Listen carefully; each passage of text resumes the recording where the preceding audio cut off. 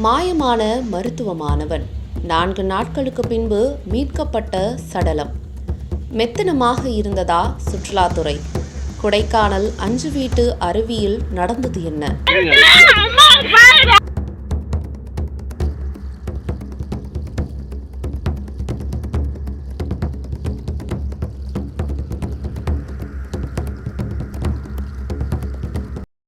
கொடைக்கானல் 5 வீட்டு அருவியில் உயிரிழக்கும் சுற்றுலா பயணிகளை தடுக்க முன்வராத சுற்றுலாத்துறையை கண்டித்து கிராம மக்கள் தர்ணாவில் ஈடுபட்டனர்.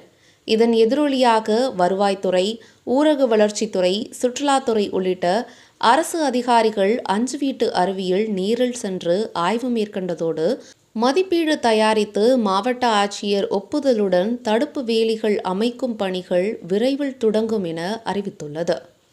திண்டுக்கல் மாவட்டம் கொடைக்கானல் வில்பட்டி ஊராட்சி உட்பட்ட பேத்துப்பாறை கிராமம் அமைந்துள்ளது.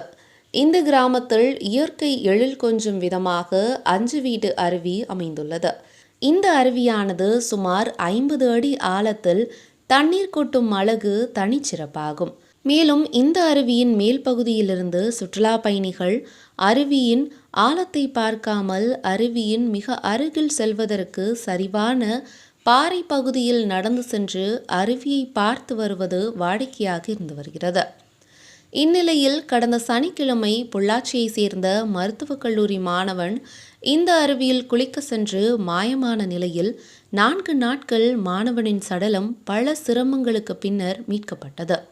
இதனையடுத்து இந்த அருவியில் தற்போது வரை 14 உயிரிழப்புகள் ஏற்பட்டுள்ளதாகவும் அதனை தடுக்க தவறிவிட்ட சுற்றுலாத்துறையை கண்டித்து பேத்துப்பாறை கிராம மக்கள், உள்ளூர் பொதுமக்கள் உள்ளிட்ட 15ற்கும் மேற்பட்டோர் சுற்றுலாத்துறை அலுவலகம் நுழைவு வாயிலின் முன்பாக பெய்து வரும் சாரல் மழையையும் பொருட்படுத்தாது சாலையில் அமர்ந்து சுமார் 2 மணி நேரத்திற்கும் மேலாக தர்ணாவில் ஈடுபட்டு வந்தனர்.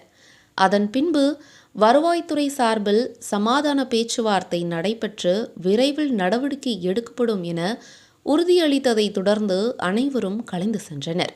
அதனைத் தொடர்ந்து வட்டாட்சியர், வட்டார வளர்ச்சி அலுவலர்கள், சுற்றுலாத்துறை, காவல்துறை உள்ளிட்ட அரசு அதிகாரிகளுடன் பெத்துப்பாறை கிராம மக்களும் இணைந்து நேரில் ஆய்வு மேற்கொண்ட பின்பு பாதுகாப்பு அம்சங்கள் மேற்படுத்தப்படும் என உறுதியளித்தனர்.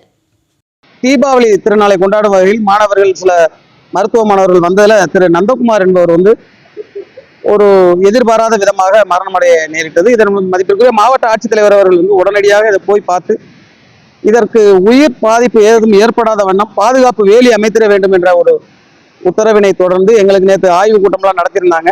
தடுப்பு வேலியோடு சேர்ந்து ஒரு டவர் மாதிரி அமைச்சு கொடுக்கணும்னு அவங்க சொல்லியிருக்காங்க. அது சுற்றுலாத்துறையை கலந்து பேசிட்டு அதுக்கு அடுத்த நடவடிக்கை எடுப்போம். தற்பொழுது உயிர் பாதுகாப்பு நலன் கருதி உடனடியாக பாதுகாப்பு வேலி அமைத்திட ஏற்பாடு செய்யப்படும். எத்தனை நாள் இந்த பணிகள் நிறைவேறும்? இது இன்னைக்கு நாளுக்குள்ள நாங்கள் மாவட்ட ஆட்சித்தலைவர் அவர்களுக்கு பிரேரணை சமர்ப்பிக்க சொல்லி எங்களுக்கு சொல்லியிருக்கிறாங்க. நாங்கள் இன்னைக்கே போய் துரிதமாக நடவடிக்கை எடுத்து நாங்கள் உடனடியாக பிரேரணை சமர்ப்பித்து நிர்வாக அனுமதி வரப்பெற்றவுடன் இப்பணியை துவங்கப்படும் என தெரிவிக்கப்பட்டது. மக்களுடைய உயிர் தான் முக்கியம்னு கலெக்டர் சொல்லிட்டாங்க. அதனால உயிர் தான் எங்களுக்கு முக்கியம். அதுக்கப்புறம் நம்ம சுற்றுலாத்தலத்தை நாங்கள் மேம்படுத்துவோம்.